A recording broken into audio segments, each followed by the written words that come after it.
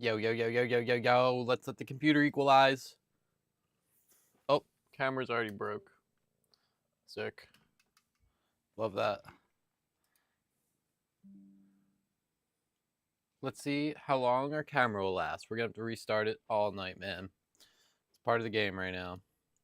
Till we can get a new one. Someone drop me a huge donation. Hey, I don't know if this is going to work because we're going to try and record and stream. And we're doing a little music coffee hour here late at night with my pets. Usually when we record these things, we'll get a crack at it in a minute. We're going to talk about some albums to review. Friday is technically our review day.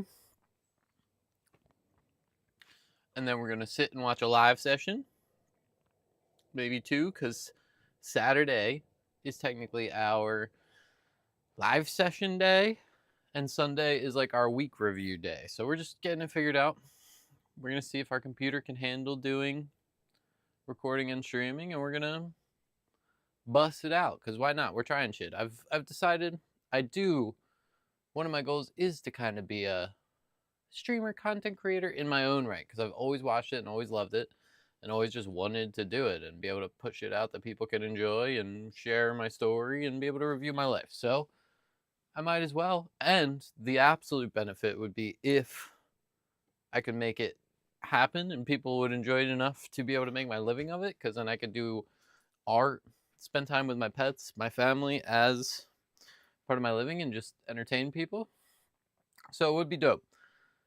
I've been learning a lot about the self, and I think the fear of failure is what really holds us back from doing a lot of shit, and then we're unhappy and uncomfortable anyway, when it's like, dude, you should just push it and see. So fuck it, we'll stream it and record it and see what we get. So in a second here, we're gonna get it started. We're gonna have to go YouTube mode. We're gonna record our music coffee hour. We'll do it live. Then we'll keep talking about some music after, and we'll see what comes of it.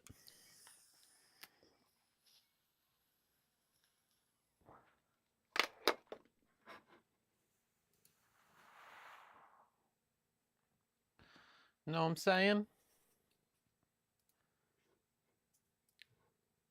Let's pop our chat up. Why not, dude?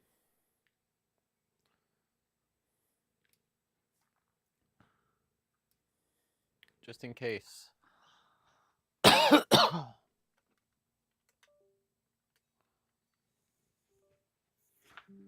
Just in case some motherfuckers pop up in here and decide they're trying to hang and talk about music. I don't know. Dude, just even talking out loud, not being stuck in the dichotomy of my own head helps. So, fuck it.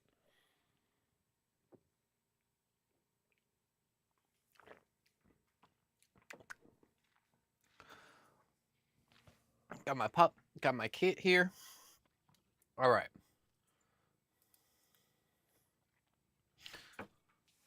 Yo, yo, yo, yo, yo, yo, yo. Yo. It's your music coffee hour. Are you ready? Are you ready? It's review day. We got some albums to talk about. You know what I'm saying? It's late night. We got our cat. We got some tunes. And Suicide Boys recently dropped an album. We dropped a reaction to Blood Sweat for Rap Day. And today, we're going to do a wee little album review, because I listened to their whole album driving home from teaching earlier. Taught some music, and we are going to talk about what we heard with it. It's a pretty solid album, dude. We'll play some few songs, but overall, a good Suicide Boys album. Sometimes with rap and Suicide Boys, it can get pretty samey because it's the same kind of thing happening, and that's okay, because it just sets a flow, sets a genre vibe. You can enjoy listening to it, and you don't need to be like, every song's a 10 out of 10 banger. And this album kind of shows that, but it shows the dichotomy of their music. I have not listened to like every song of theirs. Obviously, I'm not like a giant fan or whatever you would say. So I just know what I know of there. I've worked a few shows. I know kind of their vibe and how they do things, how their music goes. So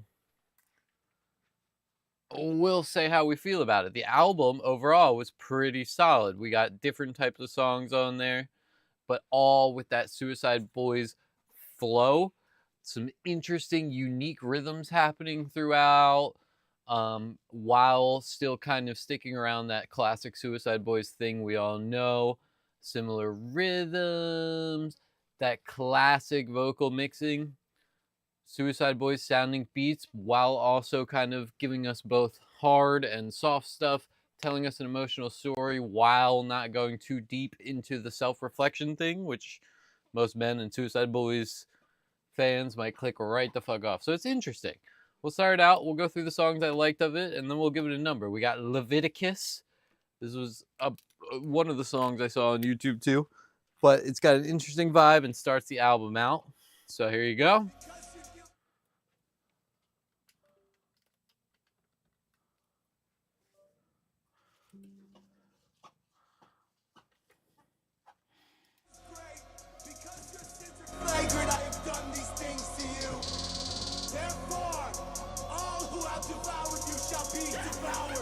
Classic Far Away, some talking vibes, just setting the beat, that classic, you know,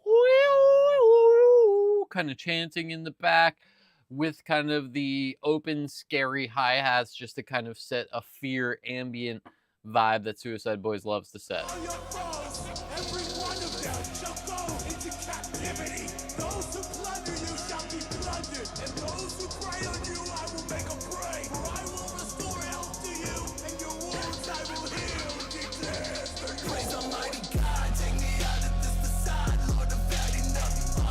And after that long intro, it leads us right into that Suicide Boys things that we all know. Smacking 808s, just a nice rhythmic interpretation. I don't even know what to call that vocal mixing type of effect.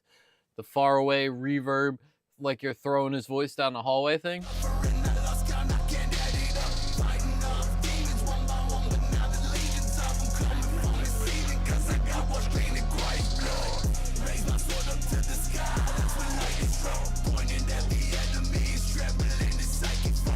Hard hitting, cool beats, different rhythms, their whole style happening.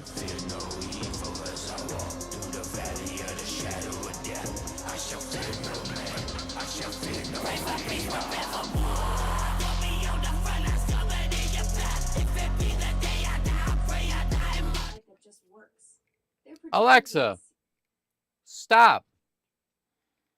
Dude, what the fuck are you doing? Nobody asked you to talk.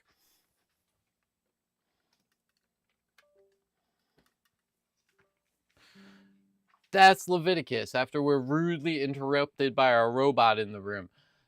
Solid way to start out an album, just showing their style, giving us a taste of what's to come. Next song that I super enjoyed was Angel Grove. Obviously, with rap albums, there's some filler and there's some bangers that they really want to, you know, put across to you and some messages to show. I could be wrong about that, but that's my opinion. So these were the songs that I super enjoyed. Angel Grove.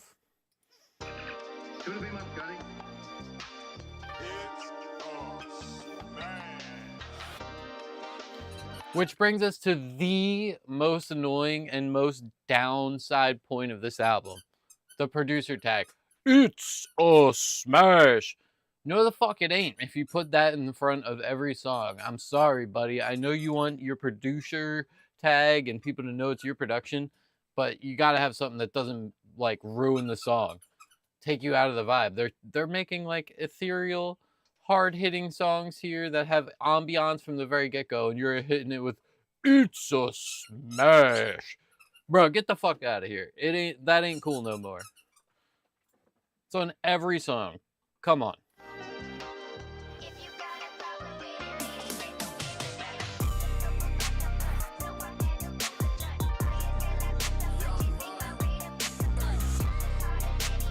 But the beat itself is super good. You got a real sound and bass in there, some cool vocal cuts happening that just kind of keep the beat moving and get you ready for the song that's about to happen. When the beat's so good, you don't got to ruin your own beat by it's a smash.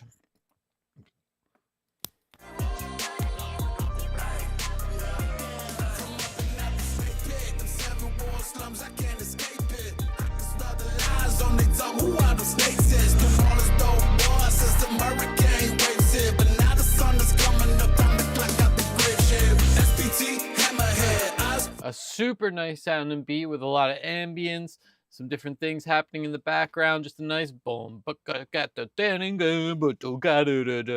beat type thing just for them to rap over. It flows.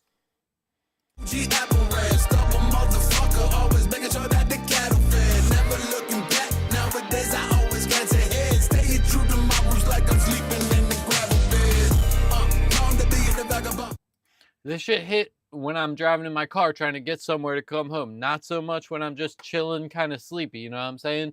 Pick your emotional points for your emotional music, but that does not take away from the album's score necessarily. It's just not something you could use for all emotions and vibes. You got to use it as a tool to get somewhere type shit. Bitches, I'm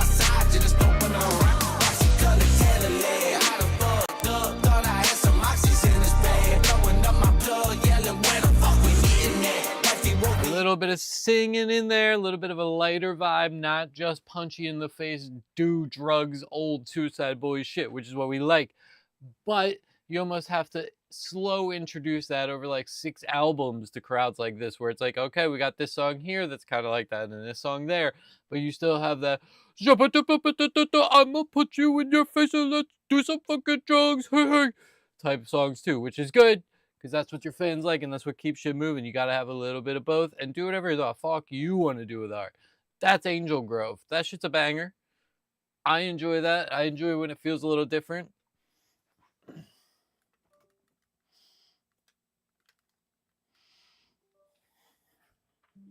Next on our little liked songs list from them, we got Whatever Floats Your Boat Will Definitely Sink My Ship, baby.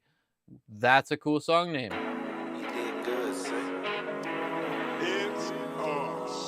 Right away, before I bitch about the same thing again, we have nice sounding like guitar vibes, instantly setting ambiance and showing what this song is going to be. Kind of continues you through the flow of the album and gives you the emotional feel that they're trying to set, especially when it's the next song, 2 songs in a row like that. But again, you did good, it's not a smash if you put that in every song. You're hitting me with the ambient intro, and you're putting your fucking clip shit there. Come on, pal.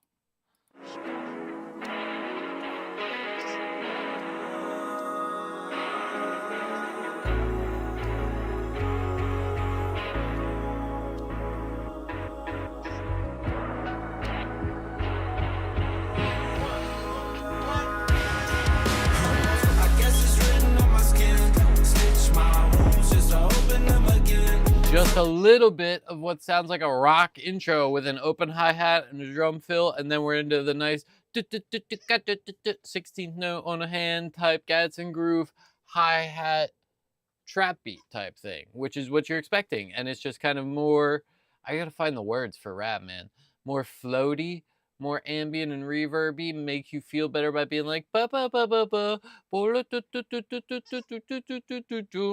continuing on like the good, positive, not angry, yelly side of Suicide Boys.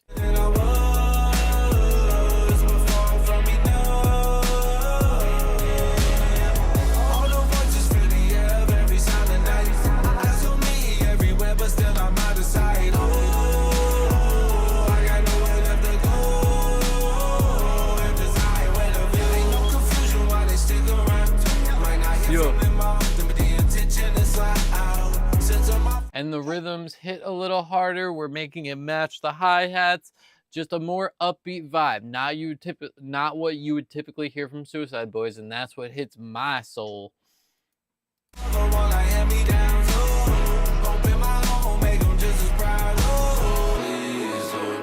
me where you are. I don't wanna be this afraid of the dark.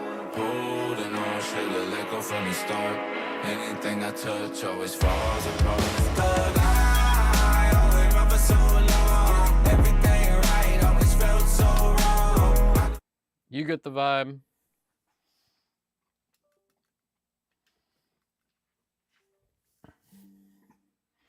Just look down. Bro, camera broke immediately. Great, we're getting into that flow. I hate this fucking thing. Somebody send me a bunch of money so I can fucking buy a useful camera. God Jeremy, nah, I'll get it done. Don't worry. I don't know if it's because it's overheating. I don't know. That's this song. That's whatever floats your boat. Another good banger. We got a few that I kind of just plowed through, which means they're kind of filler in my eyes, just kind of whatever. Suicide Boys songs. They were probably still pretty decent.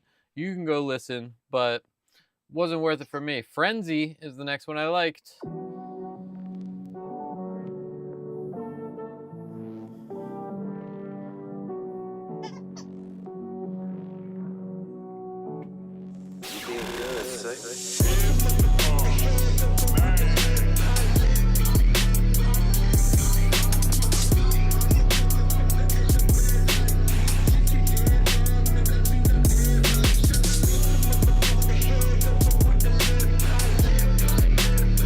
Super interesting instrumental and beat right off the get-go, just hard hitting, moving, makes you hype type shit.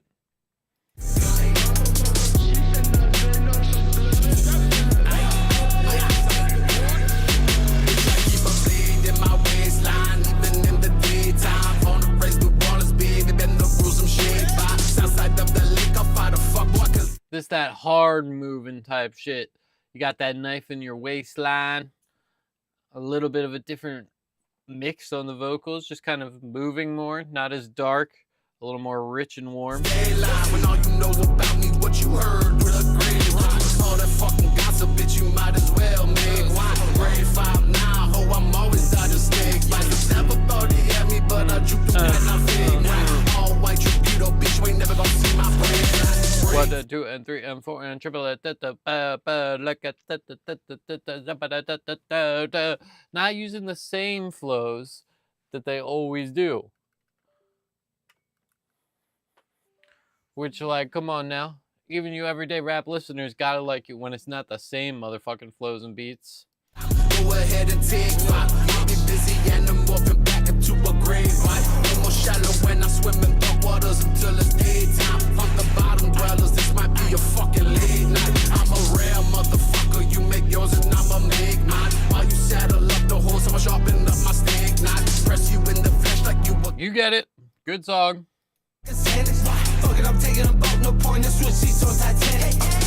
One overall negative about the genre of rap, maybe. Some of these songs are just long and it's the same goddamn beat the whole time with just, you know, different verses, different things happening. So you really got to be into the lyrics and what they're saying. Overall, this album's got some good lyrics. Some of the songs have, you know, harder hitting emotional storyline type things, while others are just still based on that more like, hell yeah, let's party type vibe. And you need both in your life, so why the fuck not? Next, hypernormalization. Like the hypernormalization of rap and aggressive violence in the songs. I don't know. You did good, son. It's a smash. Stop putting that shit in your songs. DJ Rapture, start a fight in this motherfucker. Yeah, you know what finesse. Northside, bitch, you know what finesse. Northside, oh, you never. Now this is that classic Suicide Boys sounding type shit. Heavy 808s, still a clean mix, just punchy, faster, and just kind of jumpy sounding. Sirens in the background. Punchy, distorted noises just to make you amped up.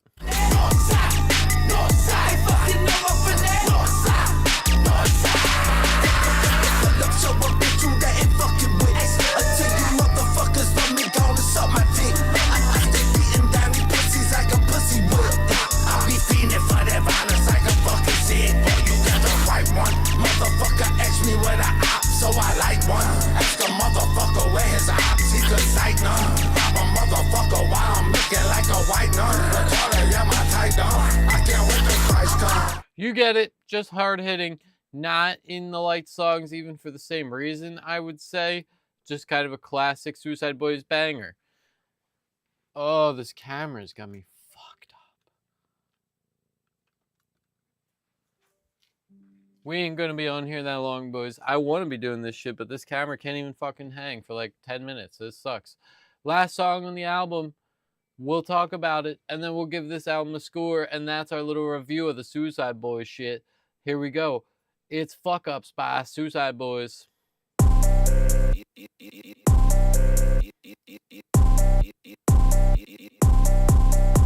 did good, son. Y'all know these fly shit. It's not a fucking smash. You don't gotta put that shit in every song. You're the producer. We get that shit. Just roll with it. Fuck. Hey. God damn.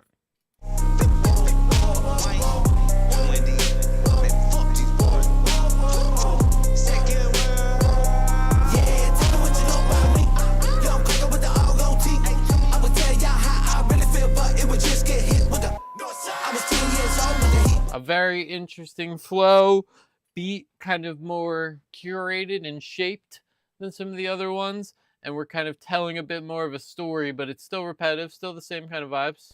Their eyes got cold from the grief. Coming inside, but love y'all the way I die for the creek. While funny and sun don't rise in the east. I'm a hybrid of beast. Been done it all. Searching with the place, I stay on call. Alright, you get the vibe. I'm not gonna lie, I'm pretty bored of talking about this shit. It's good, it's decent, but it's kind of all the same. It's got some different Suicide Boys tracks on there.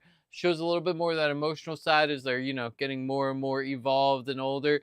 But overall, it's their kind of thing. Lyrics, hard-hitting, but not really full of meaning except for in a few songs. Definitely filler on this album. So that takes away from our little score here. Bunch of filler. 5 or 6. How many are there of good songs? 6 good songs really on there out of like 12 out of 10. 6 out of 10 were like decent enough to like. The rest are just kind of throwaway. We got good beats, good raps, decent things on there. I'm not gonna lie, you lose 2 points because your stupid ass producer makes amazing beats, but feels egotistically challenged enough to stuff to put "It's a smash" on there like it's fucking 6 years ago and we need that producer tag on everything to help you get more stuff. Maybe it'll help you do that, but it made the songs worse by a lot. A good ass set of tracks to put on if you're just trying to like drive somewhere, stay awake, get your vibes up for the day, but not exactly what one needs for like an emotional time, or if you're trying to, you know, get something done outside of just driving or needing to move fast and be efficient, so to speak. So it's got its purpose, it's got its place, and that's kind of part of the game. So we enjoyed it. For what it was, we definitely enjoyed it. It was a Suicide Boys album. I'm going to give it a 4.5 out of 10. Sorry, that sounds ruder than it is, but it's just kind of like whatever, man. You don't got to hype up every album. It was not that good, but it was good enough for me to want to listen to it and put a few songs in my playlist. Yes, sir. Happy Friday. That's the Music Coffee Hour. Thanks for checking it out. We'll talk to you in a bit, aight? Drop me a like, drop me a sub. We gonna start streaming these, so go check those out. Let's get it, let's get it, let's get it. Thanks, gang. Peace. Bro. Drop my headphones now. See, when we're streaming it, we can be a little more chilled out. Hold on. I'll be right back. I gotta get a paper towel. My cat decided to throw up on my desk.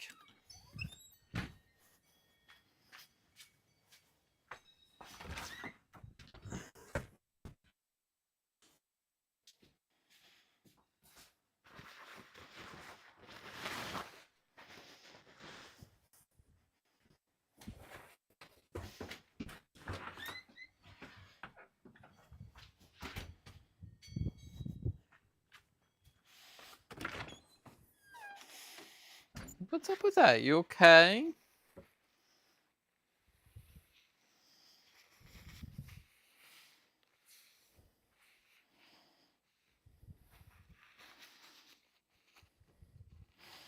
Pretty gross. First and foremost. Pretty gross.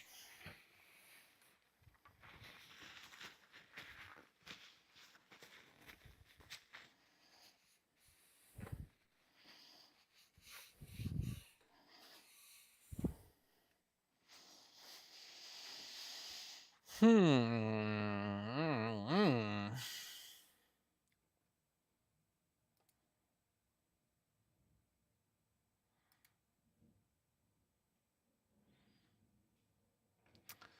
See, like, there's a few more albums that we could do for an album review thing. I guess we'll see.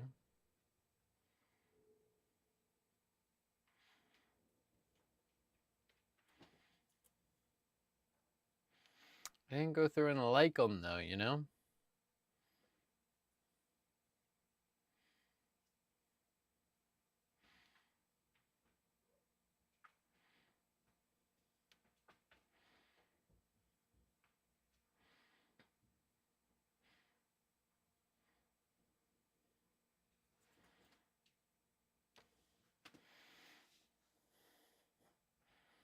I didn't go through and like them, though.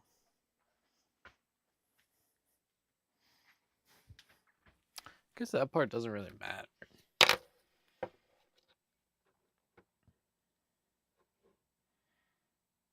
Gang, gang, gang.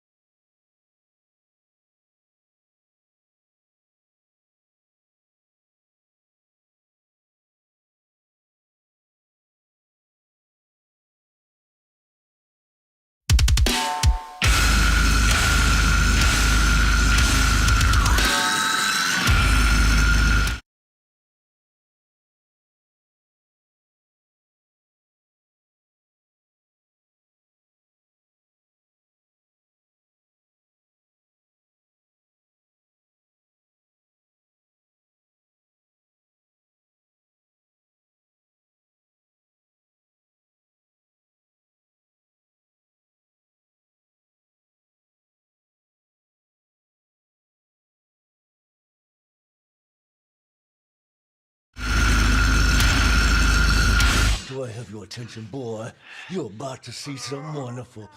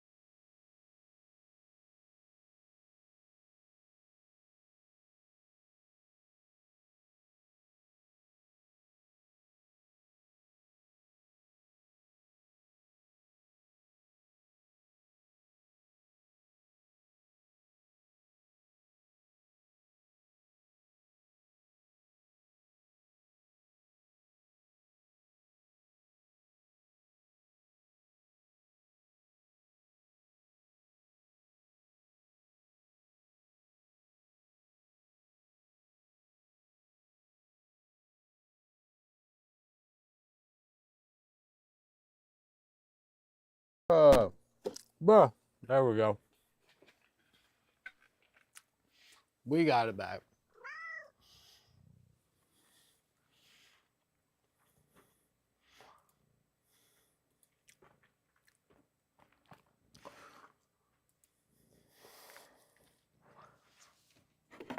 Oh. See, but what I do kind of want to watch, even in sitting mode, we'll see what occurs here, is the Matt Gardska thing. I'm gonna finish watching that. I gotta drop this bad boy in for an edit. Huh? Uh-huh. Uh-huh.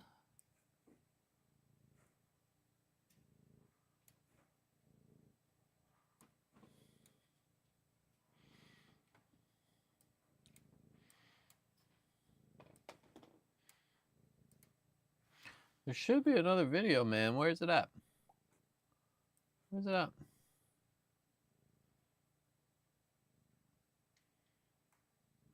There it is.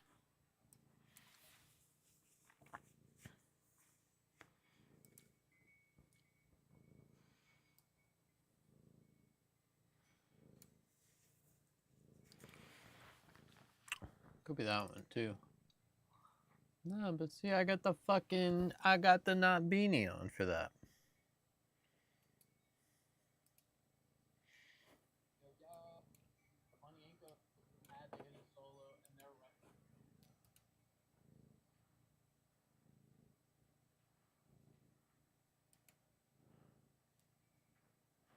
Yeah, we'll figure it out.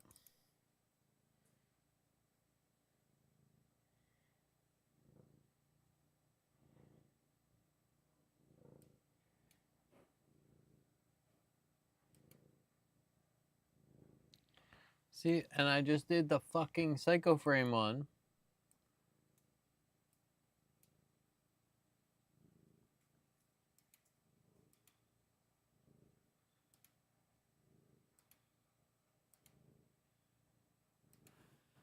Don't tell me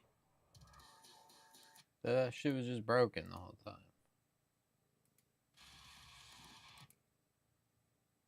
Apparently it was, bro. No fucking way.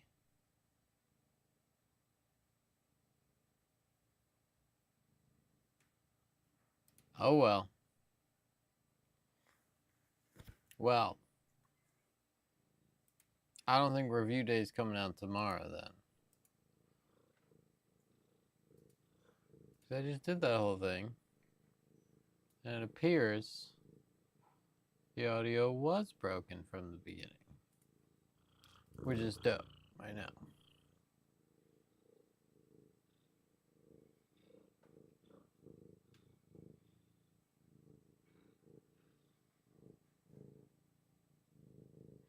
What the fuck, dude?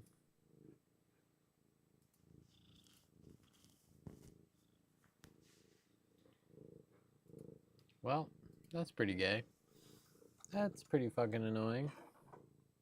Oh well. To the garbage.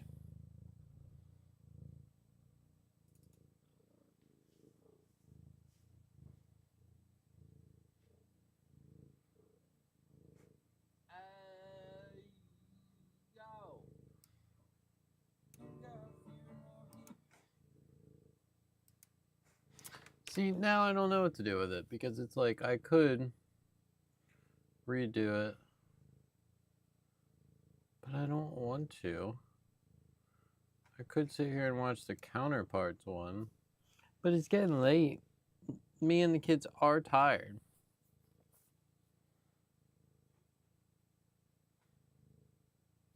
So I don't know, dude.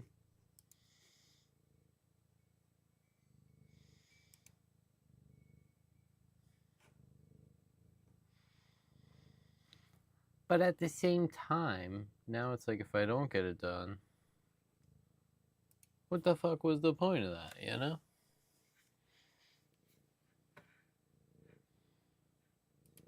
But, oh well. All is fair in bullshit and bullshit.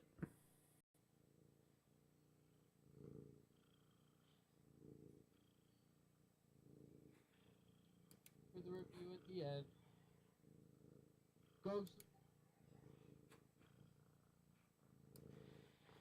Start to clear out these motherfuckers that we don't need while we're just hanging.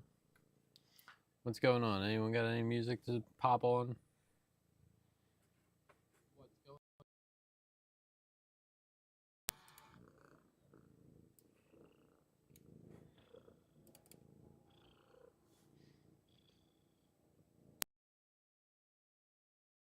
It's kitty kitty.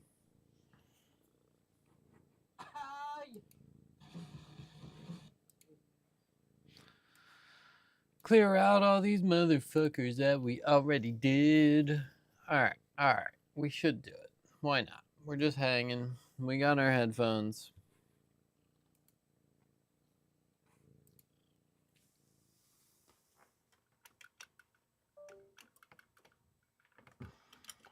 Dun.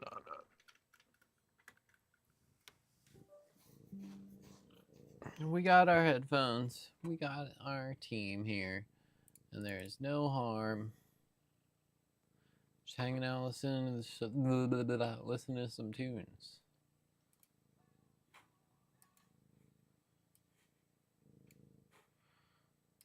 Got fucking 15 of these bitches to do, huh?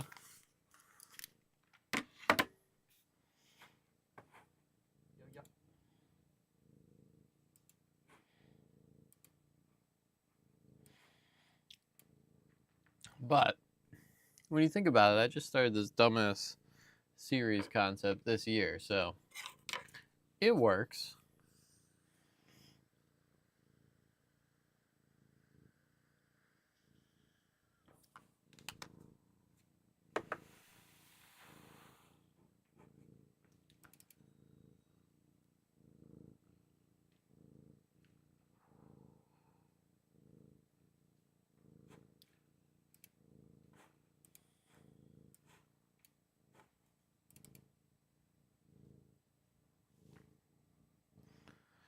It works.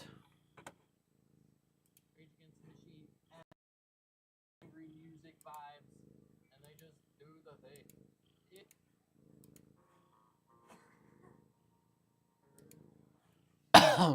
Okay. Those three still in progress. Let's keep clearing these out while I'm on it.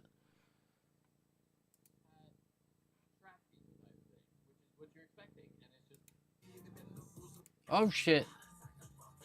Hype. It was not all to avail. Yes.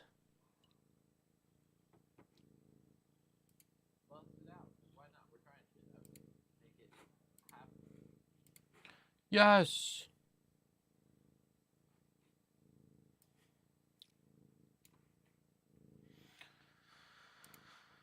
Whew. That was scary. Okay. Mission at hand returned.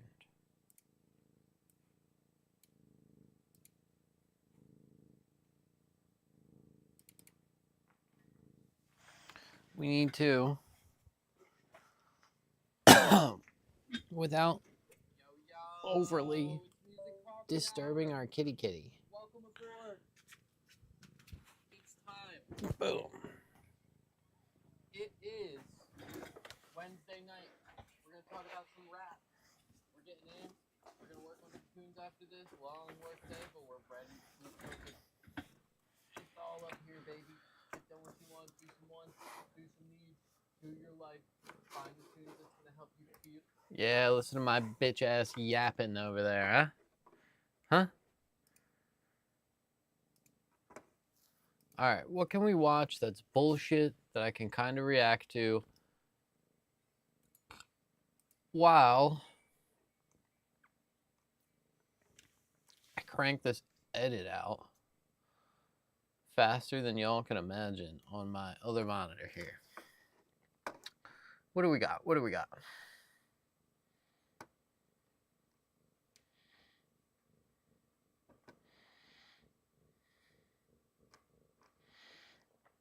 Should I watch a random video or? Yeah, let's just watch this real quick. Been a little while since my last video covering Pokemon card-related crime. Here we go. Here we go. Things have started to slow down. It's not looking any better. In fact, I'd argue it continues to get worse. And I just thought, you know what? Let's take a peek, see what's going on here. And I'll show you two of the most recent break-ins where thieves made off with hundreds of thousands of dollars worth of Pokemon cards, including one of them, an armed robbery where one of these fucking degenerate fungus worms actually brought a gun into the Pokemon establishment and then started breaking the cases while pointing the gun at employees and people that were just in the area. You see it right here, caught on camera, a person smashing through an Everett gaming store, stealing thousands of dollars worth of Pokemon cards and other collectibles. So this one was a classic smash and grab where this gentle sir busted through a window and then went to the Pokemon card display case and tried to kick it with his leg to break the glass, but he's so fucking weak and pathetic he couldn't do that. So then Goober here, Secret Agent Shitstain, had to retreat through the window to grab an axe to actually get into the display case because his noodle arms and his papier-mâché legs weren't cutting it. You could see where a thief smashed through to get inside this Everett gaming store, and this isn't the only store in Western Washington that's picking up thousands of dollars worth of damages while thieves take off with cards worth thousands more. Card shops have to be getting robbed more often than gas stations and jewelry stores combined at this point.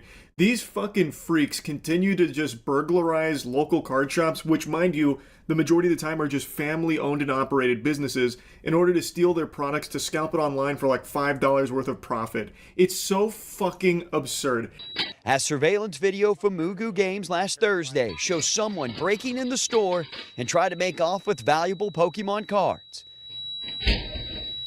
which we see this person was willing to go great lengths for. Went back outside, grabbed an axe is what it looked like, came in, smashed the window, grabbed some stuff. Owner Michael Doran says in total, over $40,000 worth of Pokemon cards were stolen. Just piece of shit, man. It actually infuriates me seeing just how common this has become with these card shops being burglarized. If I was a local card shop owner at this point, I'd be booby-trapping this bitch like it's Home Alone. I'd be having all kinds of traps that I'd activate at night when closed. You know, like a boxing glove pops out of every window if it gets, like, broken into. Fart spray deploys if the glass is broken. Like, all kinds of shit. Like, a giant log comes through and just blasts them or something. And then probably what I would also do, and what I imagine a lot of card shops are going to start doing, is I would never put any real product in the displays. I would only put proxies in there to represent the actual merchandise. I would keep the real cards separate, because at this point, you cannot have real product on display in these shops. These locations are constantly being broken into. Dorn says this isn't new. We've been broken into 4 times. We've been armed robbed once. We've had multiple snatch and grabs of thousands of dollars worth of product. And his store isn't the only one in Washington this week cleaning up thousands of dollars worth of damage. I was watching it in real time. It's a little frustrating and a little scary. Have some dude, you know, grabbing all the stuff off the shelves. Again, like I said, it's extremely common. Owning a card shop is like strapping raw meat to your body and then jumping into shark-infested water.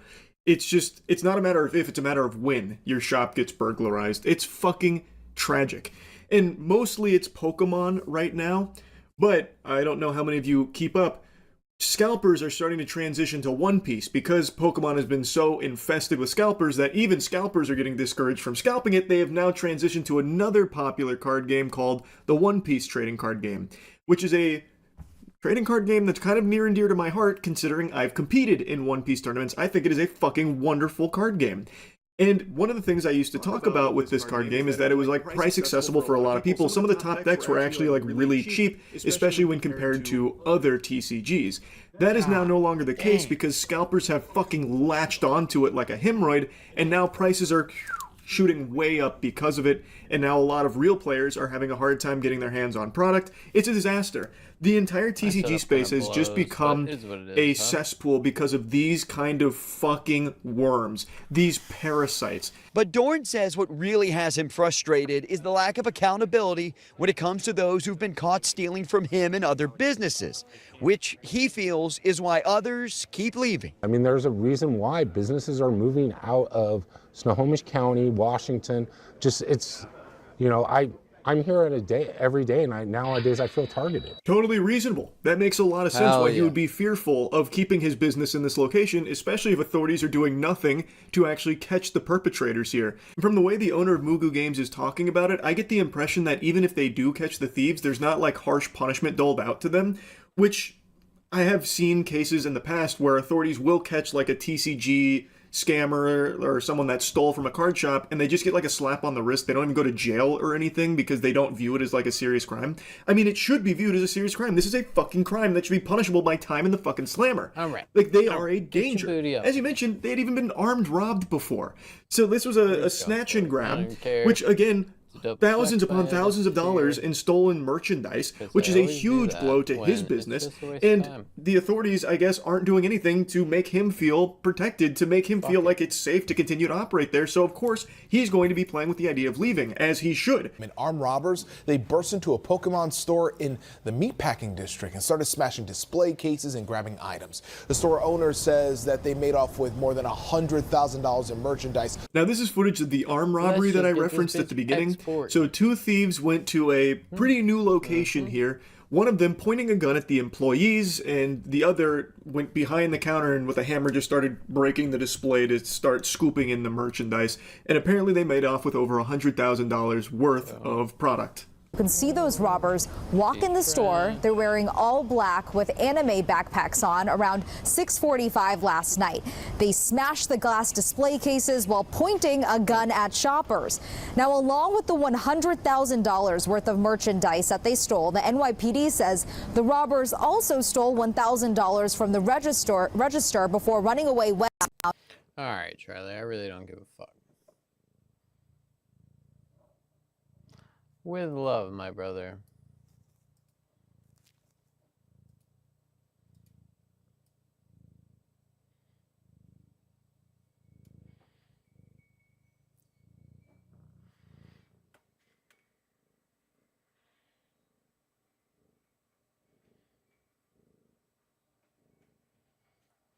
With love, me brother. All right, let's think here for a second. We should record the long form vids type vibe.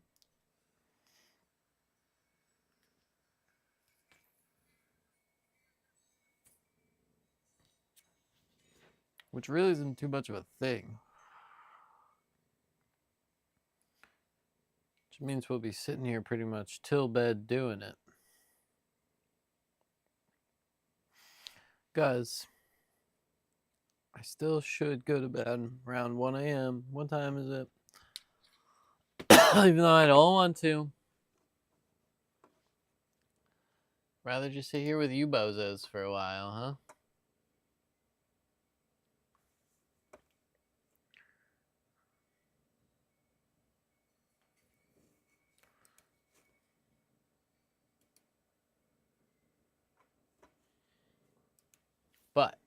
But this way, if I do record one more, then I won't have to worry about recording in the morning. Can just watch this live session, hang out, get ready to go to bed, and then actually go to bed. In that order. Fuck it. Yeah, we might as well do that. Why not? Let's get it. Yeah. Yo, yo, yo, yo, yo, yo. Welcome to the Music Coffee Hour. Happy Saturday, gang. You go get after it. Saturday to us means it's live day. Let's watch us a live session. Who are we watching, huh? We're going to watch Counterparts on Audiotree Live, because Audiotree always drops the most banging live sessions, and I love to check them out. Counterparts is an amazing metal type band with Brendan Murphy, Jesse Dorian, Tyler Williams, Kyle Brownlee, amazing musicians who have some great songs, almost robotically good at times, in one of the best produced places to do some live sessions. Hell yeah, so let's just check it out. Here we go. It's your Music Coffee Hour, a little more long form. We're streaming this one. Come check us out. Drop us a like, sub, tell us what else to watch. Yada, yada, yada, yada. Here we go. To some extent, we must all have a connection to Brendan's lyrics. It wouldn't work if we didn't. The way that Jesse writes melodies and stuff, it really meshes with Brendan's lyrics. I think all of us have that connection and can relate to, you know, grief.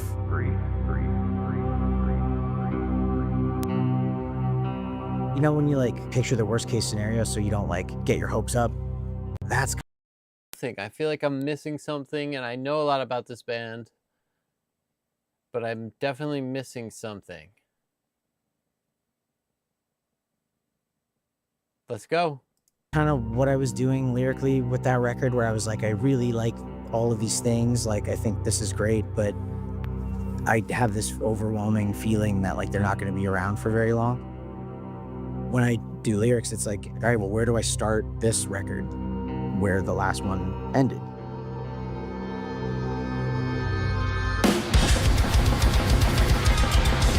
Woo! Right into that shit, god damn.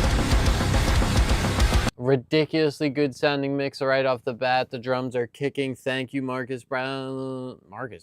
What am I talking about? Kyle Brownlee. I'm excited to hear some of that emotions and what Brendan's got. Let's hear it.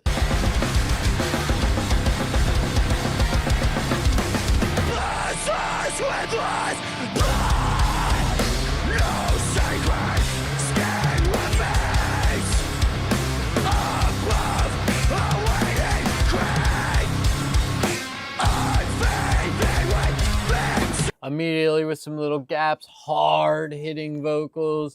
Everything is punching in the mixer, just showing perfectionism of musicianship right off bat.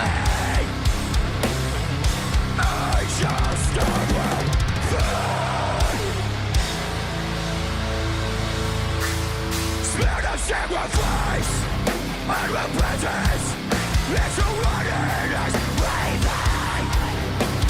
Where's the MacBook close-up? Somebody show the MacBook. We need the bass player.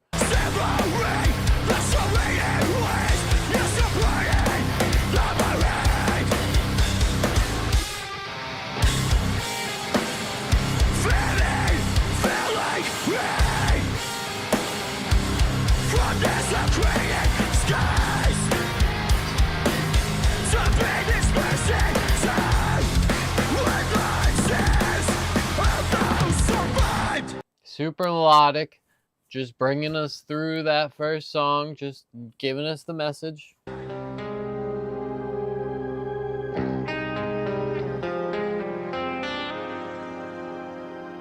Sky, I prayed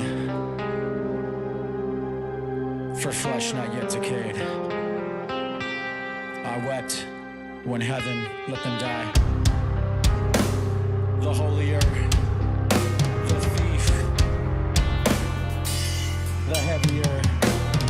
That Zildjian life, hey, customs all around. We got some Oriental, small baby China, sweet hats, gigantic bell bronze snare, ripping sounding setup. We got triggers on the kit, or not on the kit, but triggers on the kit, probably both for gates and maybe some sounds and effects. Hallowed be a martyr left alive. Back to the blast!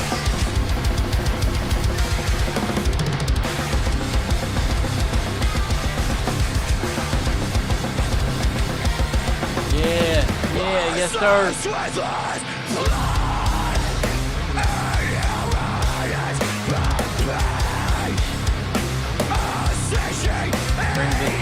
big old chorus, hard hitting after all the little story elements. Let's keep it going. Stay believing it was believing. I just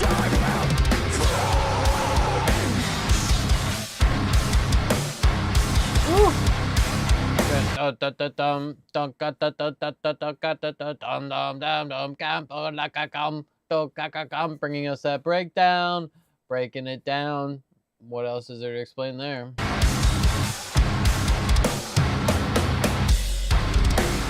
To the sky I pray, for flesh and darker. I let them die. Sheesh! Just boys screaming at a mic, man. This isn't the normal audio session room. This shit slaps.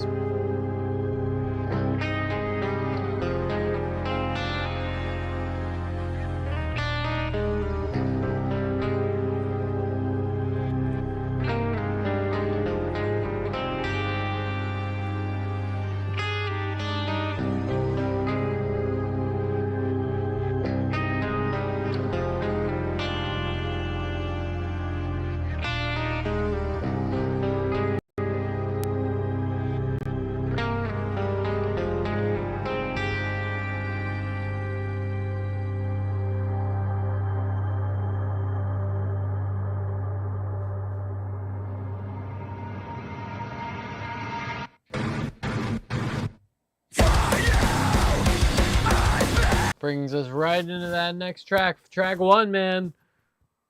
Track 1's an 8 out of 10 right off rip, dude. Oh, hell yeah. We're doing a full little deep dive on this shit.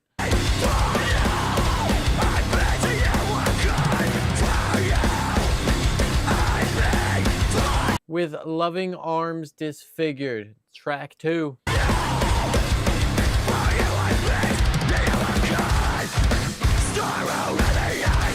Bam, bam, bam, bam. Groups of 16ths leading us through kind of a gallopy type feel, but everything's driving along forward.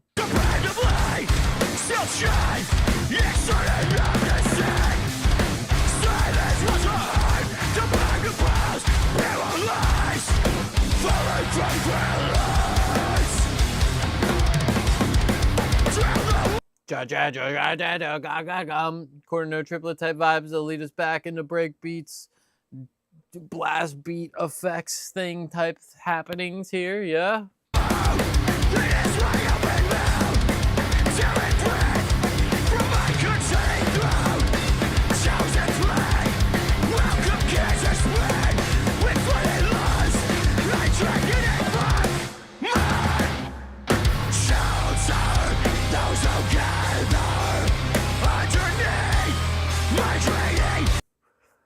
Bringing us to the melody guitar, nice little fills, moving us through. Each section of what they do kind of has a nice little precursor, so to speak. They bring us into a section and out of a section super nicely.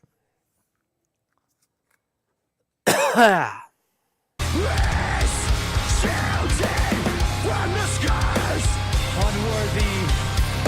of a stare.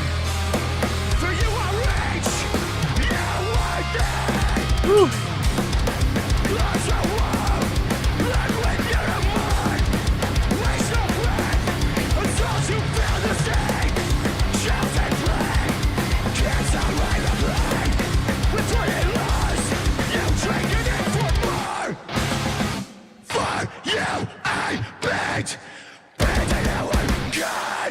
Really? Chat, chat, chat. Yakadaga. For you, I begged, but I know I'm gone. Keep the same kind of rhythmic motif structure, but open it up. Yagam, ba-bam, ba-bam, ba-bam. Shelter, those who gather underneath my training ways, shouting from the skies.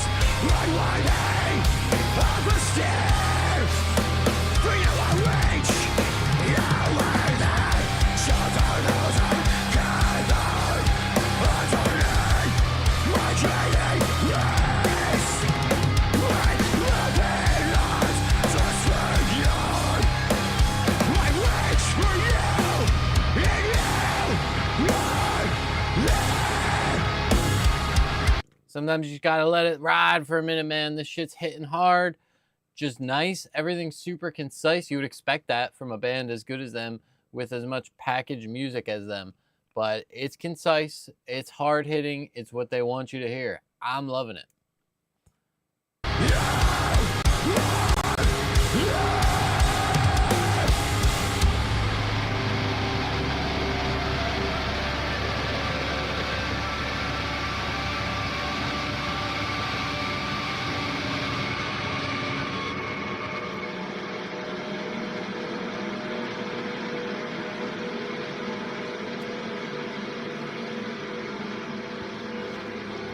Track 2, man, 7 out of 10. This shit just bangs. I like that one a little.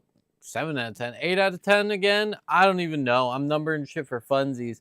I like that one more than the first one, just how it all was structured. A little more story driven, a little bit more chorus verse, but they lead you into everything super nice. I loved it. Track 2 is another banger. Let's go track 3. Let's get it.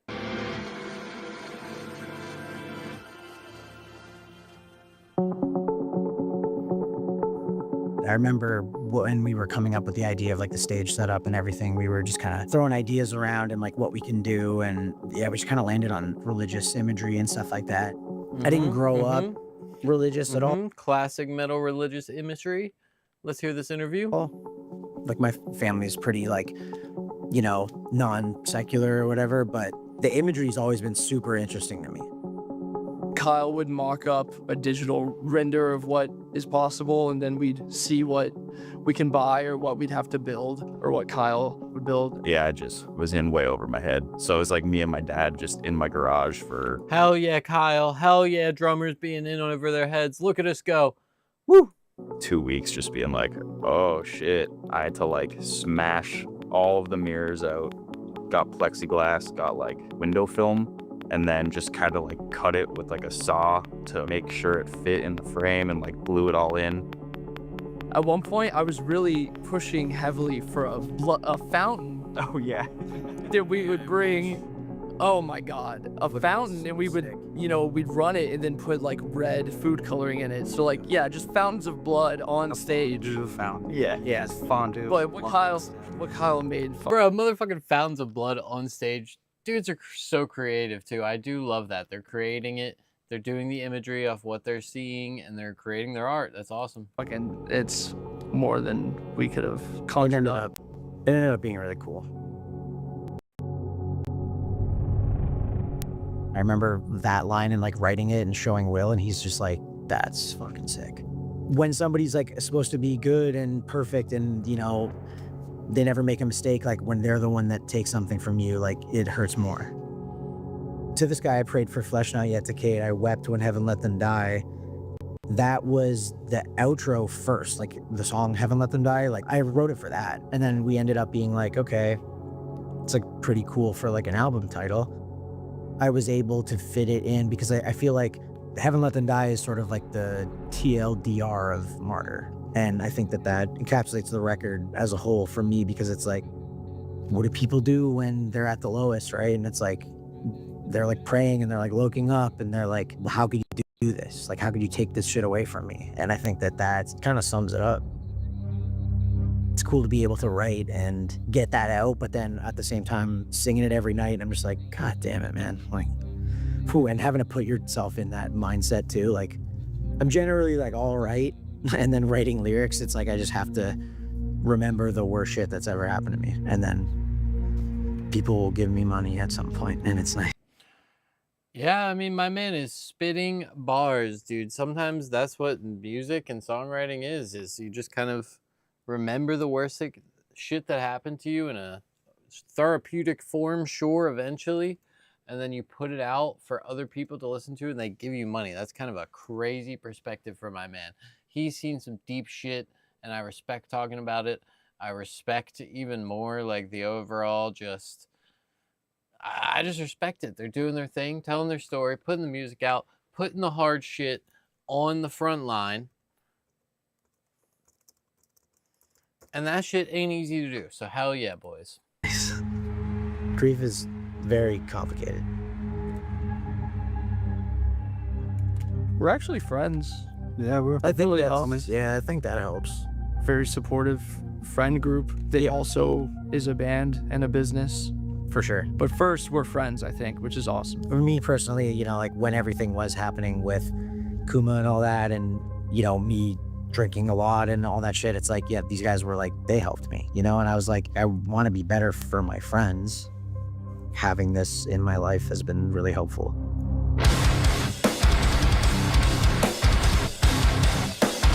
Yeah, man. Yeah, man. You want to be there for your friends, but sometimes it's hard when you're going through hard shit and trying to figure out your life.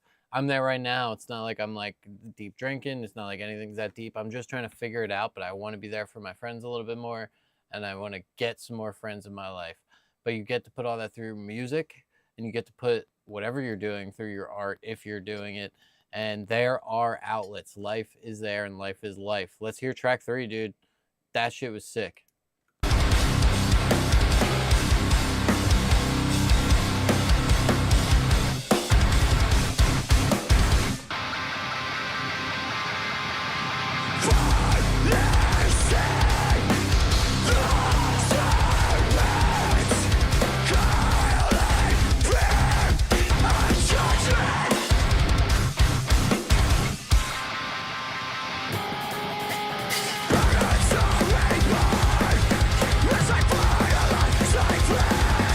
Okay, so a bit more of a like ethereal. Oh, I was multitasking too hard. A bit more of an ethereal type vibe, building a lot through this song, just kind of growing, punching it. A lot more of that hemiola da da da da da da da. 4/3 thing.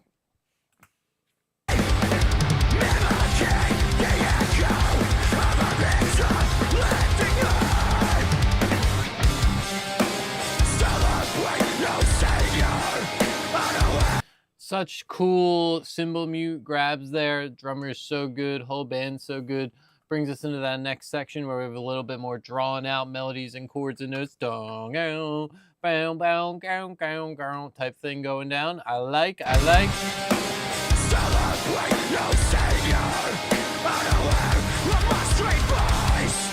Committed this to hear of war. And I know what I've got. On which from hell came a crusade to collect the crowds of anti-civilizations. Yeah, just growing through it, little pinch harmonics. I do find it very interesting about this band, and I like Greg Reynolds, go both ways. It's like, yeah, it's kind of sick that their bass player is just a MacBook and they don't have one, but also at the same time, kind of ripping a job from a drummer, but is what it is, dude. Salvation, no struggles, wandering among the weak, stuck in clay, with favor of the world, with both kings and the cows, and solution causes in, with the nails I have called from your bones, find their side, the silence,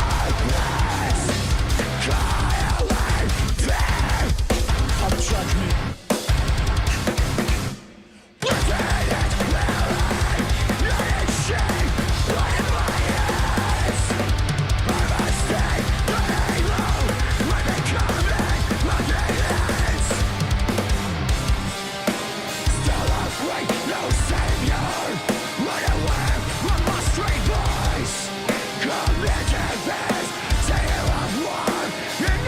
The word of God. Going into the Word of God to lead us into a bit of a big hit section there. Oh, why'd you leave me? Bro, God damn it.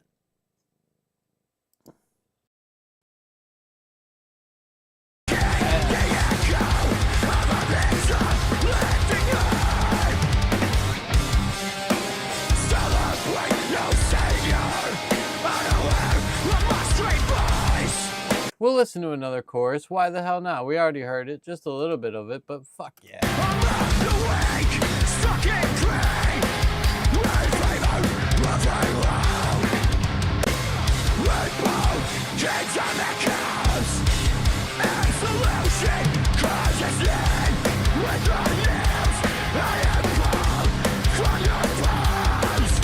With lyrics like Absolution in there, you know it's a motherfucking metal album, baby.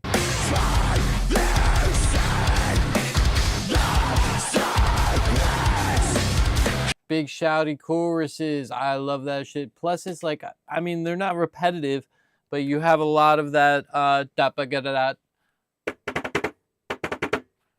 that kind of thing happening. Huh? Hey, nice big dog. Nice to hear it. Nice to hear it. I'll check out that Discord eventually. I haven't logged into Discord in ages. I guess I should do that. But I got you. I got you. How we doing? How we doing? Enjoy your work shift, Big G.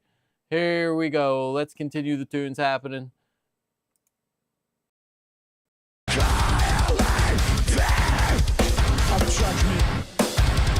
Have a good shift, my man. I feel you. I got to get to bed for mine to work out. I'll get on Discord. I needed an excuse to get back on there. It's been a minute.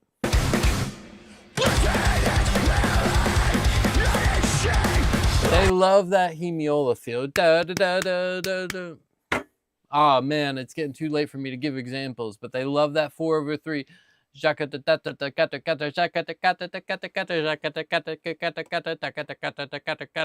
kind of vibe. So nice.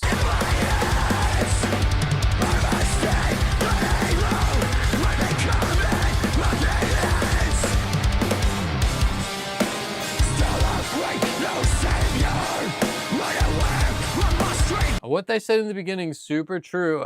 My man writes great melodies to back up these lyrics that's happening. This shit's punchy, it's fun. I'm having a blast. I'm getting sleepy. The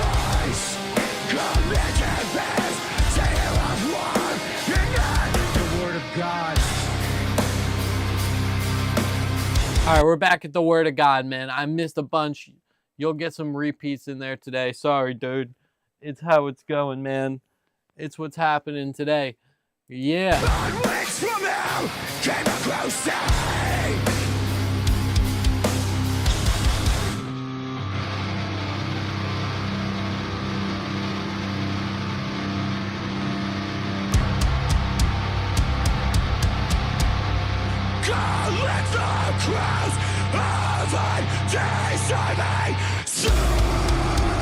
Oh yeah, we're getting the gutturals and the 808s, heavy hitting shit, building up to it with the big floor tom hits.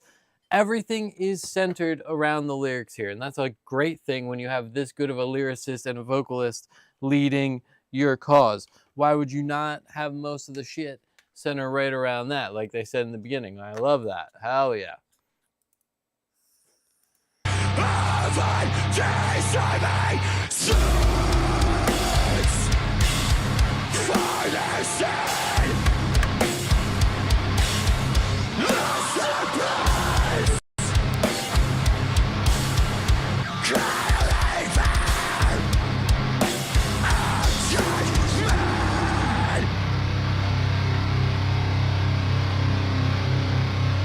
Big ambient end. They're getting some super gutturals happening through the end part with some backing vocals. Love that.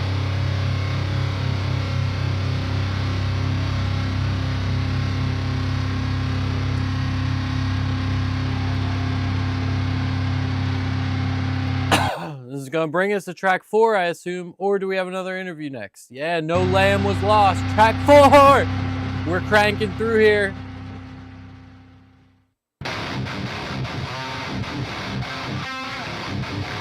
A little bit more of a 16th note, 8th note, kind of just accent bass riff thing happening. Kind of leads me to believe we're going to have kind of just another punchy, buildy track. Thing type shit.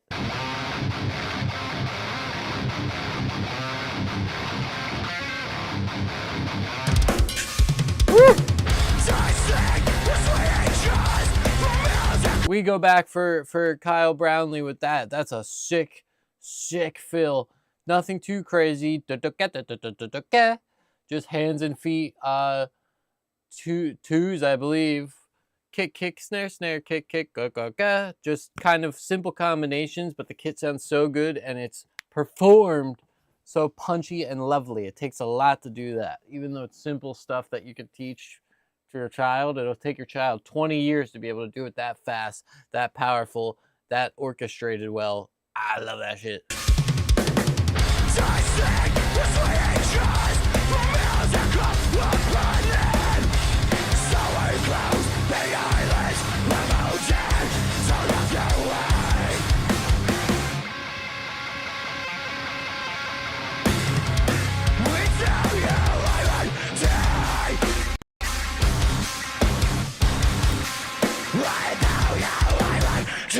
Yeah, so good at cymbal chokes. They build into each little part they're trying to hit. I'm a giant fan of this band, and they're putting on a masterclass here at Audio Tree. Is that the title? Music Coffee Hour Masterclass by Counterparts.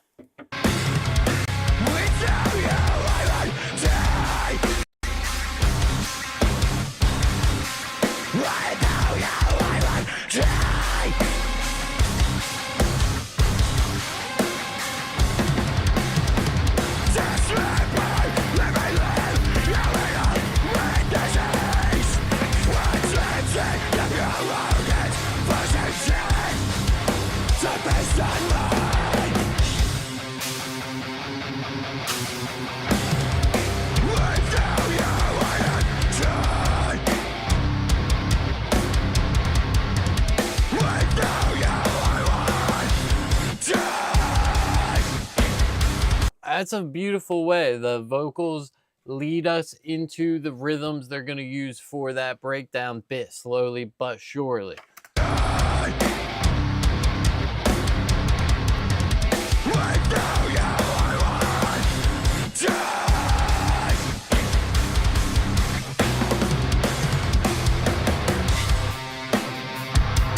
With my skin, he was now into just a nice, simple, more, you know, eighth note groove type thing where we're going to use kind of a hardcore-esque style to just do some more talking monologue sections. saved.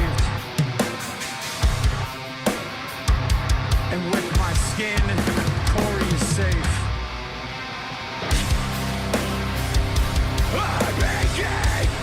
And with my skin, Corey is safe. Somebody's safe, but such deep, heartfelt lyrics that you kind of have to be in pain to understand fully or put yourself in that kind of headspace storytelling zone.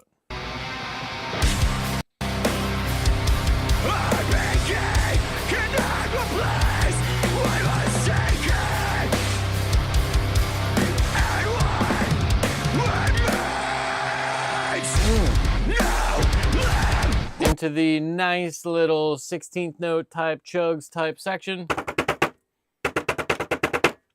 Yeah, matched on the kick guitar.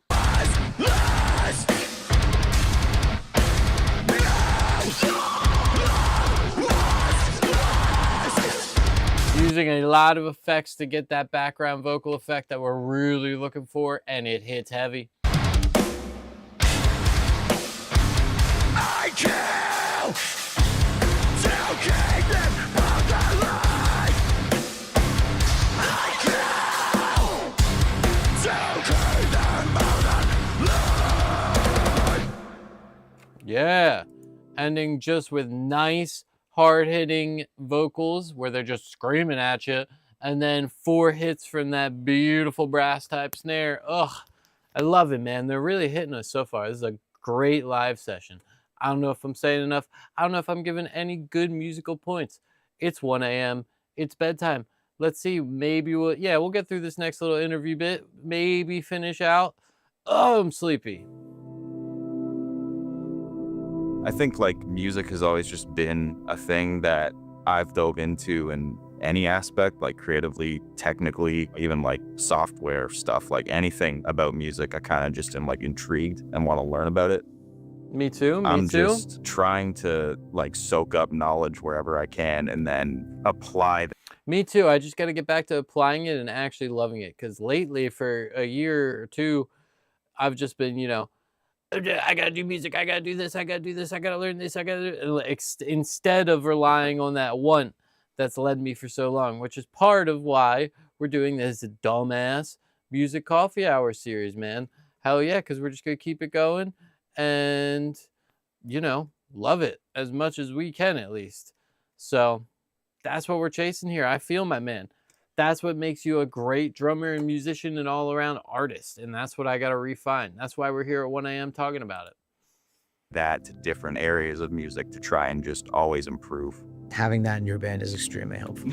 That's for sure. Like, just having somebody there to be like, I don't want it to sound bad. I want to make sure that it's good is sick. Saosin, their self-titled record, that really kind of shaped how I approach drums and like creatively looking at the instrument. Interesting. That's not what I would expect. The Saosin record. I do kind of know what he's talking about, but there's just so much music out there and so much shit influences different people. I know he's an amazing drummer. I haven't dove deep enough. I've listened to interviews by him and seen a lot of videos, but I wasn't expecting that. I gotta know my shit better, man. I think that was the big one for me. Now when I'm thinking about drums and I'm like looking for inspiration, it just has to be Eloy, who's in Slipknot. Like, yeah, guys, Eloy! Insane drummer. Like, I think he's literally the best in the world. I'm able to learn from watching him, so I think that's really cool. Max Allen from Saints Never Surrender. Big. Yeah, we all gotta say that. The Eloy Casagrande is a goddamn alien. We've all watched him play for Slipknot now. We knew that he was going to be the Slipknot guy, and I'm so glad that they actually picked him. He's a fucking alien. He's a machine. He hits so hard. He can play all of the different rhythms, hard-hitting metal, all the way to Brazilian, funk, Latin, jazz, and he puts it all into just his style, and he hits the drums so goddamn hard. But Eloy is the GOAT. Insane drummer. Like, I think he's literally the best in the world. I'm able to learn from watching him, so I think Matt Gartzka is the best in the world, though. Eloy's got to be a close second. Matt Gartzka is just so technically proficient, and then we got Eloy falling right behind. It's funny that the best drummers in the world are these metal guys, but they can also play everything. Ask Gartzka to play some fucking jazz. I'll put him right next to some of the top cats. He wouldn't say so, but I would.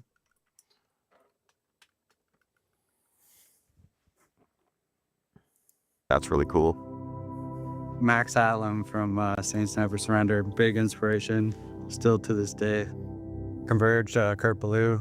Love the way he shreds. And then Ryan Morgan and Stu Ross from Misery Signals. They're the GOATs, so. It's so interesting, and everybody write this shit down, because the people who influence you, their influences was what created that shit. It's a big, big, deep musical circle, baby. Just gotta rip them off as much as I can. Yeah. When I'm writing Counterparts songs, it always goes back to those.